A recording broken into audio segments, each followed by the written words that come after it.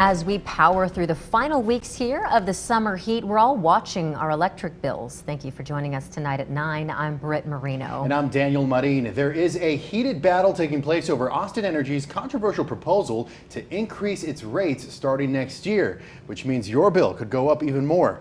The utility says it needs to up the amount of money it charges customers to cover a growing gap between revenue and the cost of providing service. Some consumer advocates, though, think it's the wrong approach. So far, thousands of pages of back and forth arguments have been filed in this ongoing electric rate case, and an impartial hearing examiner released their final recommendations on Friday after reviewing all that testimony. KXAN investigator Avery Travis has a closer look at one piece of the proposal. In addition to upping everyone's base rate, Austin Energy is pushing some specific changes that could impact bills for people with solar panels. We have a lot of shade on the backside. Over nearly 3 decades in Austin, local musician Sarah Sharp has seen a lot of change. But this is extreme, the amount that you have to be able to adapt and hold on and just try to stay. We're all trying to stay. She calls it survival mode in more ways than one. Worried about climate change, the state's power grid, and what feels like a climbing utility bill. Sharp is turning to solar panels for some stability. So I think that as it keeps going up and I'm going to lock in, assuming that this all goes how I think it's going to go. On a sunny day, people with solar panels are generating energy not just for their own houses, but also enough for some to go back into the grid that powers other homes and businesses. So on their bill, they actually get money back for the energy they generated. But Austin Energy is proposing some changes to how that amount gets calculated for solar customers. The forward-looking approach is more like a forecast, and the backward-looking approach is based on known and measurable data.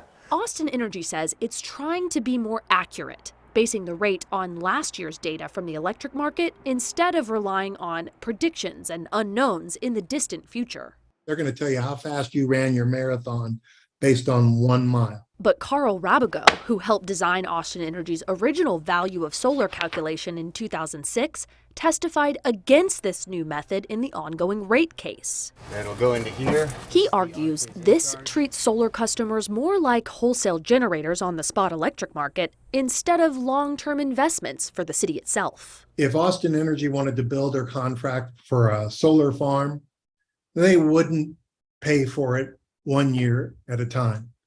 They would put it on the books as a long-term asset with 25 or more years of useful service. Austin Energy says it doesn't think customers will be any more vulnerable to market changes than under the current calculation. Next year, at least, they estimate the rate compensating solar customers to go up under the new method. If it goes down, then we can talk about doing a rolling average and what that looks like.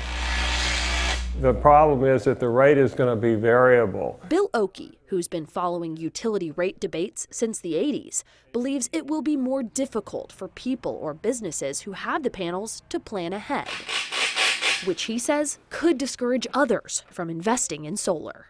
We're just trying to do our part. Quit making it so darn hard. It's ridiculous. Avery Travis, KXAN Investigates.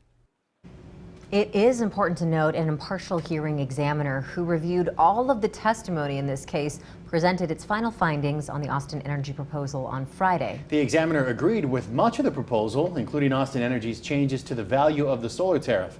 It found the utility's approach to solar to be, quote, reasonable and appropriate, although certain definitions of the terms lacked clarity. The examiner disagreed, on the other hand, with Austin Energy's proposal to raise base rates for all customers. Now, you can read more about these recommendations online at KXAN.com under the Investigates tab. The examiner turned the report over to the Electric Utility Commission and City Council members, who will take a final vote on the proposal this fall.